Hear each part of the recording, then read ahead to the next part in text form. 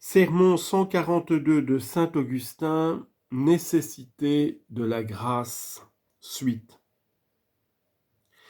En effet, comme si le Seigneur supposait que l'orgueilleux lui demande « Quelle est cette voie étroite, quelle est cette porte étroite par laquelle j'entrerai ?»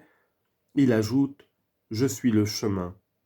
Entre par moi, et pour entrer par la porte, tu ne saurais suivre que moi. Car si j'ai dit « Je suis le chemin », j'ai dit aussi « Je suis la porte ». Jean 10, 7. Pourquoi chercher par où passer, où revenir, par où entrer?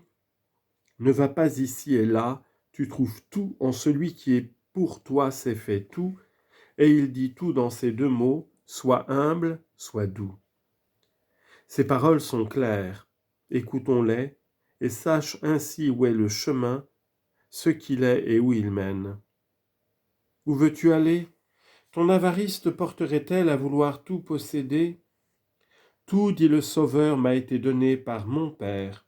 Matthieu 11, 27. Diras-tu que si tout a été donné au Christ, ce n'est pas à toi? Écoute l'apôtre, écoute pour ne te laisser pas abattre par le désespoir, ainsi que je l'ai déjà dit. Apprends de lui combien tu as été aimé quand tu étais tout couvert de laideur et d'ignominie, quand enfin tu ne méritais aucune affection, car c'est pour t'en rendre digne qu'il t'en a été accordé. Le Christ, dit donc l'apôtre, est mort pour les impies. Romains 5, 6. Quel amour méritait l'impie? Ou plutôt, que méritait-il? D'être damné, réponds-tu.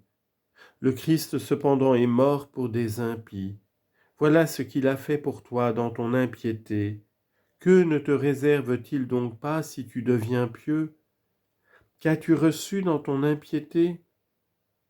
Le Christ est mort pour des impies. Mais tu aspirais à tout avoir. Eh bien, n'y travailles-y pas par humilité. Ainsi, tu parviendras à posséder celui qui a fait tout, et tu posséderas tout en le possédant. Ce n'est pas sur le raisonnement que nous appuyons cette doctrine. Écoute l'apôtre dire lui-même, s'il n'a pas épargné son propre Fils, s'il a livré pour nous tous, comment ne nous aurait-il pas donné tout avec lui? Romains 8, 32. C'est ainsi, ô avare, que tu es maître de tout. Afin donc de n'être pas éloigné du Christ, méprise tout ce que tu aimes et attache-toi à celui dont la puissance t'assure la jouissance de tout. Aussi qu'a fait ce médecin généreux? Pour exciter le courage de son malade et sans avoir besoin pour lui-même d'un semblable remède, il a bu la coupe qui ne devait lui faire aucun bien. Il l'a bu le premier comme pour vaincre nos résistances et dissiper nos frayeurs. C'est, dit-il, le calice que je dois boire.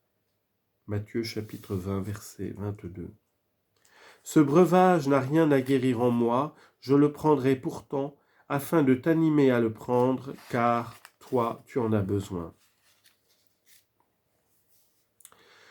Je vous le demande, mes frères, l'humanité devait-elle être malade encore quand on lui a donné un tel remède? Dieu est humble, et l'homme encore orgueilleux. Ah, qu'il écoute, qu'il entende enfin, tout, dit le Sauveur, m'a été donné par mon Père. Si tu veux avoir tout en moi, tu le trouveras. Veux-tu le Père, tu l'auras par moi et en moi. Nul ne connaît le Père si ce n'est le Fils. Point de découragement, viens au Fils, car il ajoute, et celui à qui le Fils aura voulu le révéler. Tu lui disais, je ne pourrai donc y parvenir. Vous m'invitez à passer par un chemin trop étroit, je ne saurais entrer par là. Venez à moi, répond-il, vous tous qui avez de la peine et qui êtes surchargés du poids de votre orgueil. Venez à moi, vous tous qui avez de la peine et qui êtes chargés, et je vous soulagerai. Prenez sur vous mon joug et apprenez de moi. Ainsi crie le Maître des anges, le Verbe de Dieu, qui nourrit sans s'épuiser toutes les intelligences et que l'on mange sans le consumer. Il crie donc « Apprenez de moi ». Peuple, écoute-le quand il dit « Apprenez de moi ». Réponds, que devons-nous apprendre de vous? Que ne va pas nous enseigner effectivement ce grand maître quand il crie « Apprenez de moi » ? Quel est en effet celui qui dit « Apprenez de moi » ? C'est celui qui a formé la terre, qui a séparé la mer et l'aride, qui a créé les oiseaux, qui a créé les animaux terrestres et tous les poissons, qui a placé les astres dans le ciel, qui a distingué le jour de la nuit, qui a affermi le firmament même et séparé la lumière des ténèbres. C'est celui-là qui dit « Apprenez de moi ». Ah, veut-il que nous formions ces merveilles avec lui? Qui de nous le pourrait? Dieu seul en est capable. Ne crains pas, dit-il, je ne demande rien qui soit au-dessus de tes forces, apprends seulement de moi ce que je suis devenu pour toi.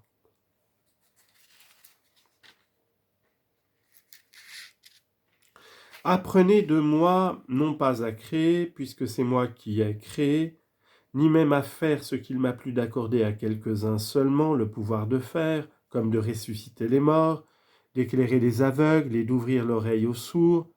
Ceci n'est pas pour vous fort important à savoir, et je ne demande pas que vous cherchiez à l'apprendre de moi. Les disciples, en effet, étant revenus un jour pleins de joie et d'allégresse, et s'étant écriés « Voilà qu'en votre nom des démons même nous sont soumis », le Seigneur répliqua « Ne vous réjouissez pas de ce que les démons vous sont soumis, réjouissez-vous plutôt de ce que vos noms sont inscrits dans le ciel. » Luc chapitre 10, versets 17 et 20. Dieu donc a donné à qui il a voulu le pouvoir de chasser les démons et le pouvoir de ressusciter les morts à qui il a voulu. Même avant l'incarnation, on voyait ces sortes de miracles. Des morts étaient alors ressuscités et des lépreux guéris. L'histoire en fait foi. 2 Rois 4, 5. Or, quel autre opérait ces prodiges, sinon ce même Christ qui s'est incarné après David et qui était Dieu avant Abraham? C'est lui qui donnait alors ce pouvoir, qui faisait ces miracles par le moyen des hommes. Mais à tous, il n'accordait pas cette puissance. Ceux qui ne l'ont pas reçu, doivent-ils se décourager et dire qu'ils lui sont étrangers puisqu'ils n'ont pas mérité de lui cette faveur? Il y a dans un même corps plusieurs membres et chacun d'eux peut faire ce que ne saurait un autre.